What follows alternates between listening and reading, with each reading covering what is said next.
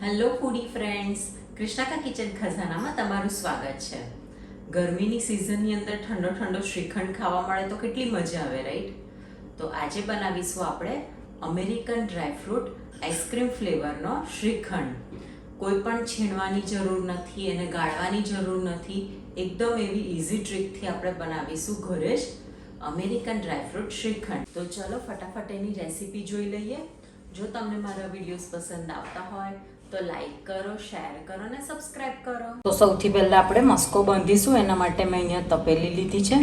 એની ઉપર આવી રીતના મેં સ્ટ્રેનર અને એની ઉપર આવી રીતના મસ્કલિન ક્લોથ લીધું છે. હવે આપણે 1 કિલો મેં દહીં લીધું છે, એ અંદર લઈ લઈશું. અત્યારે હું બહારનું દહીં યુઝ કરું છું. મારે ત્યાં ગાયનું દૂધ આવે છે, તો એનું આપણે ઘરે દહીં જમાવીએ તો બહુ જ પાણીવાળું થાય છે. એટલે આવી રીતના મેં બહારનું મોડું દહીં લઈ લીધું છે. હવે આપણે એને બાંધી દઈશું. આવી રીતના ફોલ્ડ કરી અને ઉપર કોઈ હેવી વસ્તુ રાખી દઈશું. હવે આવી રીતના એક ડીશ રાખીશું અને એની ઉપર વજન મૂકીશું. તમે વિન્ટર સિઝનની અંદર જો મસ્કો બનાવતા હોય તો તમે બહાર પણ આવી રીતના રાખી શકો છો. અત્યારે ખૂબ જ ગરમી છે, તો આ વસ્તુને હું ફ્રીજમાં રાખી દઈશ. 10 કલાક જેવું થઈ ગયું છે, ફ્રીજમાંથી કાઢી લીધું છે. ચેક કરી લઈએ.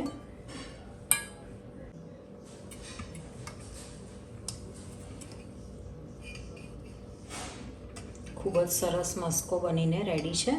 હાથમાં પણ તમને ચોટે નહીં, પનીર જેવું ટેક્સચર આવશે. આખો બોલ બની જશે એ રીતનું. મસ્કો આપણો રેડી છે. હવે આપણે આ પાણી જે નીકળ્યું છે એને છાશની અંદર, અથવા તો આપણે કઢી બનાવતા હોય અથવા તો ખાંડવી બનાવી હોય તો એમાં તમે આ છાશનો યુઝ કરી શકો છો. હવે એક બોલ લઈ લઈશું. એની અંદર આપણે મસ્કો લઈ લઈશું. મસ્કામાંથી એકદમ સરસ પાણી નીકળી ગયું છે, એટલે એકદમ થીક કન્સિસ્ટન્સીવાળો મસ્કો રેડી છે. હવે મસ્કાની અંદર લઈશું દળેલી ખાંડ. તમે જે રીતનું ગળ્યું ખાતા હોય એ રીતના તમે પ્લસ માઇનસ ગળ પણ કરી શકો છો. હવે મસ્કાની અંદર પ્રોપર આપણે ખાંડ મિક્સ કરી લઈશું. મસ્કાની અંદર જો આપણે ખાંડ નાખીએ તો એનું પાણી થોડુંક છૂટે છે, જેથી મસ્કો થોડોક ઢીલો થશે. એટલે મેં પ્રોપર મસ્કાની અંદરથી પાણી વધારે પડતું કાઢી લીધું છે. એ રીતના મેં એને બાંધીને રાખ્યો હતો. તમે જોઈ શકો છો એકદમ કઠણ છે, પણ આવી રીતના ખાંડ જ્યારે ઓગળશે ત્યારે એની પ્રોપર કન્સિસ્ટન્સી આવી જશે. મસ્કાની અંદર પ્રોપર ખાંડ મિક્સ થઈ ગઈ છે. હવે અંદર એડ કરીશું નટ્સ. અત્યારે કાજુ બદામ લીધા છે. ઇલાયચી પાવડર લઈશું. કેસરને પાણીમાં પલાળીને રાખ્યું હતું, જેથી ખૂબ જ સરસ એનો કલર આવે છે, એ એડ કરી દઈશું. અડધો કલાક મેં કિશમિશને પાણીમાં પલાળીને રાખી હતી, એ એડ કરીશું, જેથી એ ખૂબ જ સરસ સોફ્ટ થઈ જાય. ચોકલેટ ચિપ્સ છે એ એડ કરીશું. તમે આની સાથે જેલીના ટુકડા પણ અંદર એડ કરી શકો છો, ખૂબ જ સરસ લાગે છે.